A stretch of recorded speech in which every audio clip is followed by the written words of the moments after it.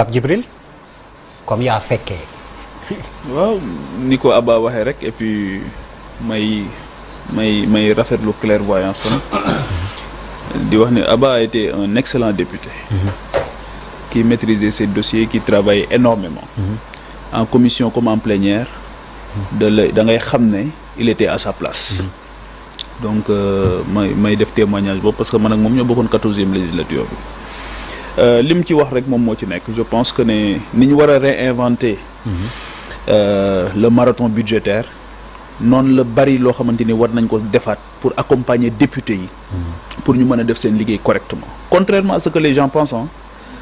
le député sénégalais je pense que ne lu bari war nañ ko wutalaat ci taxawaay ci accompagnement ba nga xamante ni dina mën a def correctement son travail. Am na lu bari loo xamante ni des na ci. Maintenant c'est vrai que ne réew mi ñu nekk c'est très compliqué pour nga porter yenn débat yi mais boo demee bu biir assemblée nationale nekk député man toogoon naa nekk observateur di apprécier les députés dem naa assemblée nationale nekk député. Le regard a changé. Ça a beaucoup évolué. Contrairement ak perception bi ngay am de loin ak boo demee ba nekk ci biir di nga gis importance su taxawaay bi impact bi mën a am valeur ajoutée bi mën a am mais après da ngay gis ne am na l'administration parlementaire am na liggéey bu bari boo xamante ni des na pour mën a accompagner député pour mu def effectivement son travail. Donc loolu mooy la remarque bi nga xam dama ci d'accord dama ci nekk en phase ak Abba. Effectivement c'était un moment important où il fallait adresser certaines questions d'actualité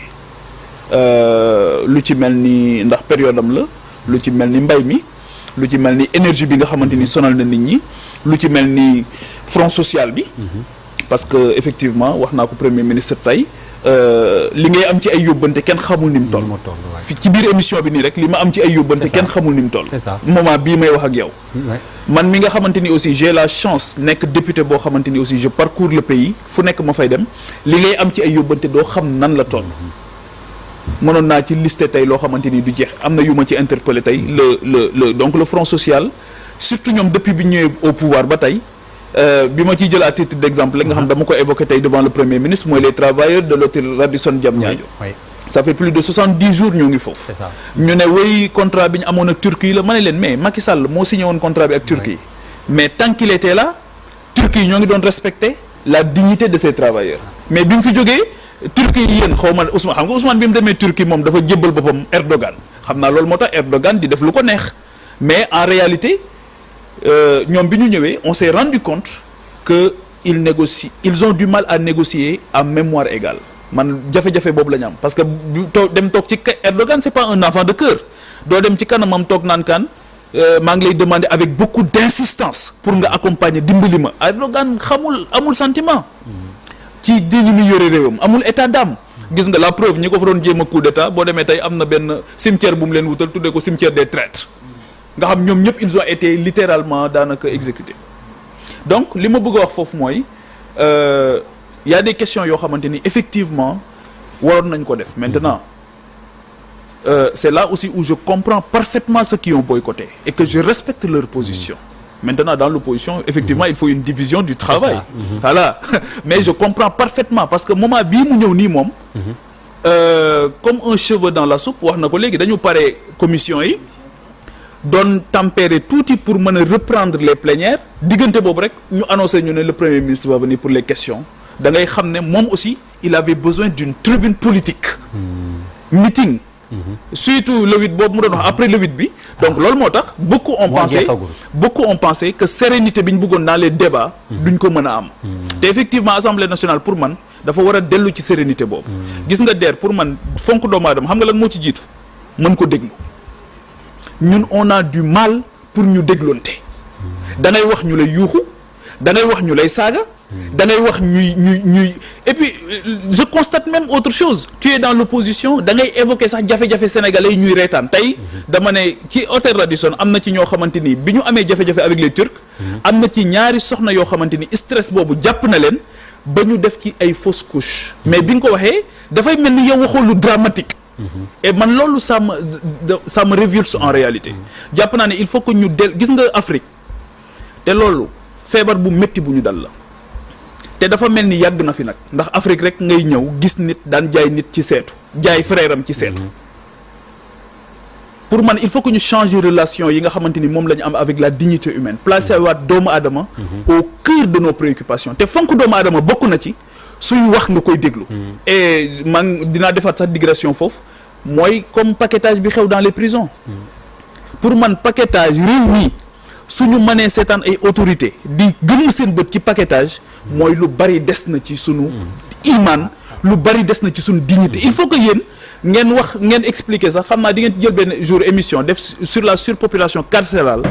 ngeen expliquer lan mooy paquetage ba sénégalais yi xam mooy lan ngeen indi fii des ex-détenus ñu témoigner lan mooy paquetage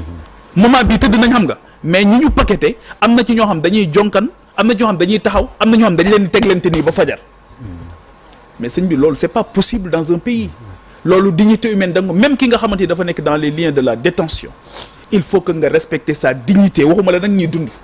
donc il y a des questions effectivement yoo xamante ni mënuñu ko woon a ñàkk aborder loolu moo tax man personnellement j'ai pris ma responsabilité d'aller faire face voilà. loolu dinañ ñëwaat ci boycott bi ah. oui boycott bi mais justement Pape Djibril pour terminer ak yow foofu en attendant de faire le tour li ñu noté ci fausse note ñenn ñi jàpp nañ kaddu yi nga xam ni ñagas na wala tegginuwul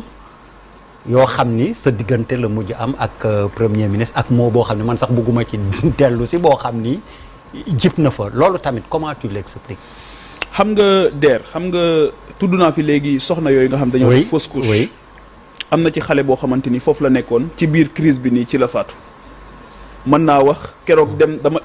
hôpital Dalal Jàmm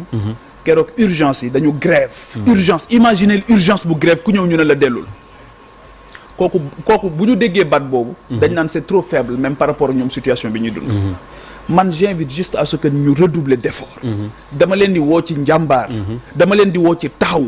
dama leen di woo ci ñu fàtte seen bopp parce que temps yi lan moo cristalliser débat public bi yëpp c'est l'histoire d'un parti politique les partis politiques à la base ont été créés pour ñoom ñu nekk solution aux problèmes des Sénégalais pour ñu régler problème mu Sénégalais yi bu ñu demee ba Sénégalais yi war a retourner di régler problème mu parti yooyu mooy problème dafa am donc man moo tax ma ne leen fàtte leen seen bopp ngeen jublu ci problème mu Sénégalais yi donc effectivement loolu pour man c'est vrai que le débat était tendu mais dama bëgg ñu comprendre fi nga xamante ni foofu laa doon waxee mooy nañu yokk taxawaay nañu yokk njàmbaar nañu yokk oui bon comme bëggoo ci dellu si le mot yambar est-ce que amoon na fa tamit sa place ba ngeen koy jokkalante noonu non jokkalante wuñ ko ah man dama ne rek bon noonu laa ko mën tuddee non der ñii nekk au pouvoir ils ont 60 mois 5 ans ils ont déjà consommé les 20 mois te tegoo xeer les 20 mois débrayage yi gën a yokk tey est-ce que yow yëg nga li xew ci université yi oui loolu est-ce que yëg nga syndicat yi nekk ci moyen secondaire bi ci débrayage yi ñu nekkee est-ce que yëg nga li xew ci hôpital yi est-ce que yëg nga li xew ci liggéeyukaay yi plus de 40 000 personnes ñu ne dàq nañ leen ci seen liggéeyukaay ci secteur public et parapublic ñi nga xamante ni ñoom ñoo fi nekkoon privé yi rek waroon a recruter dem ba mënatuñoo recruter ñii di génn réew mi ñii di jël seeni bagages dem di investir feneen di wuti feneen ay opportunités pour mën a lancer wu tey jii boo xoolee dans le débat tey malheureusement li nga xamante ni mooy gën a intéressé sénégalais yi nga xamante ni moom mooy nekk le secteur par exemple des infrastructures nga xamante ni bu tijjee ko li ñuy mën a recruter ci ay nit dafay bari le BTP la construction des routes et des ponts mais da ngay gis ne ni ko premier ministre bi éludé le logement social gis nga ni nga xamante ni noonu la ko éviter donc jàpp naa ne loolu c'est l'essentiel maintenant tout ce qui s'est passé dans le débat pour moi c'est accessoire l'essentiel mooy il fallait qu'on se parle et on s'est parlé et les Sénégalais nous ont entendus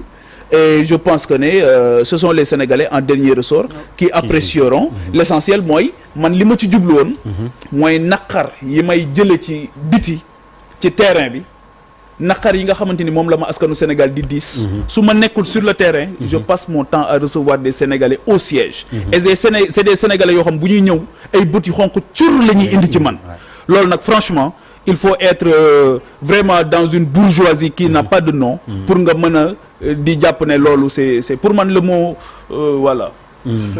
non mais le mot la mais maanaam nag non voilà ñun mut fi jàkkaarloo le mot